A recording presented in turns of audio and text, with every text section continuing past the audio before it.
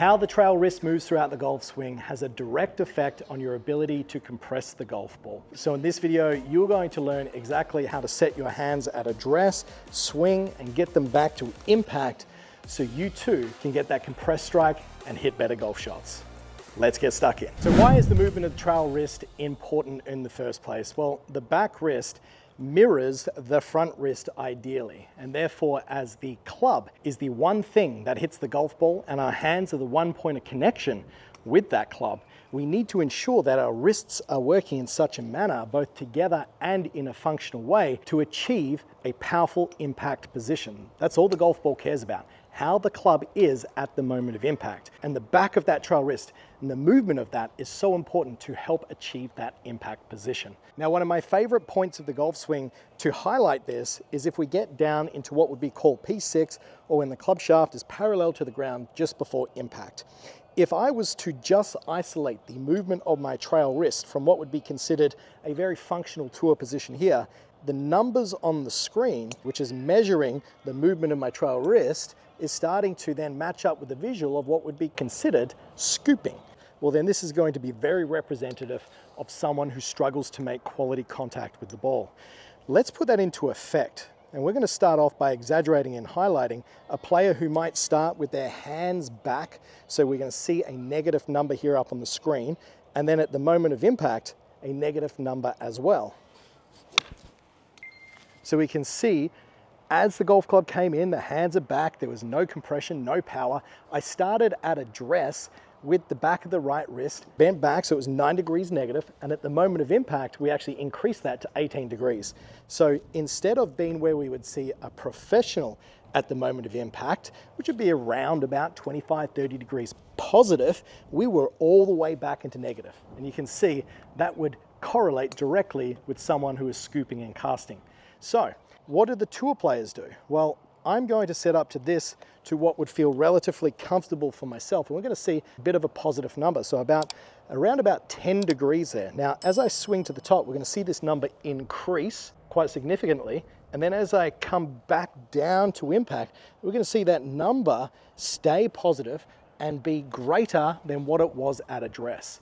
The average is around 10 to 15 degrees more than what we did have it at address. So whatever it was when I started, I'm looking, if I just isolate impact, to increase that number of the back of the wrist as my hips would go forward and rotate, the right wrist bends back, and we're going to see that number increases. Now, let's hit one demonstrating and highlighting that. So we're going to start with a positive number, so I'm in a slightly hinged back position of that back wrist, and let's get it even more at the moment of impact. Now, we can see ball first, ground second, contact, compression, all that good stuff. And at the moment of impact, it was significantly more than what it was at address, and that's going to give us that nice amount of divot that you see down on the ground. So if you're missing the divots and you're scooping and you're not getting that compression, well, this is one of the main causes. So let's say you are one of those players who does have the hands back and they can't create any of this load and hinge and power throughout the swing. Well, then what's a great drill to work on this? Well, just bringing awareness of a sensation of what it's like to even begin to hinge the wrists back. And for simplicity purposes, we're really only talking about this one range of motion here. From the address position, I'm going to flatten my left wrist and hinge my back wrist back like this. And we can see that number goes quite positive on the screen. Get down into my address and make a turn. As I turn, well, now we've preset ourselves at the top of this little backswing position of very strong impact conditions of my wrist angles to achieve compression. So just making little swings, just following that routine is a great place to start. Stand up, we're going to hinge, flatten the left wrist bends back. We're going to turn back towards the camera, tilt down, and as we follow through, get a sensation of what it would be like to have that bent back, and we can see the positive number on the screen once again. So having feedback such as this with Hack Motion is just incredibly powerful, so you can connect the feel and the real, because sometimes we might think that we're doing something, but in reality it might not be quite that. And so setting up once more, we're going to go through that little exercise. We're going to stand up level with the ground, we're going to hinge, I'm going to get down into my golf posture, I'm going to turn back. That feels nice and hinge back. I can see the positive number on the screen. Follow through. and I just chipped that one down there, and look at that contact. Look at the number on the screen. It was at impact, bent perfectly back to achieve that compression. So how the trail wrist moves throughout the golf swing is incredibly important. At the moment of impact, we want to increase it by 10 to 15 degrees more than what it was at address.